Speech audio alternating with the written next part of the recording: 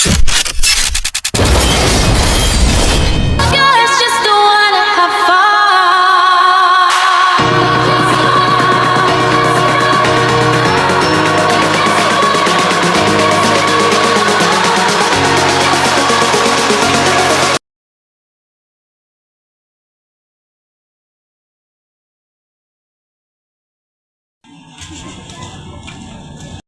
Sa itim mo.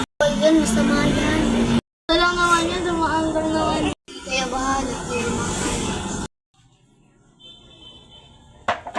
Uy, ano yun? Baka totoo yung sinabi ng lalaki nakakulay black?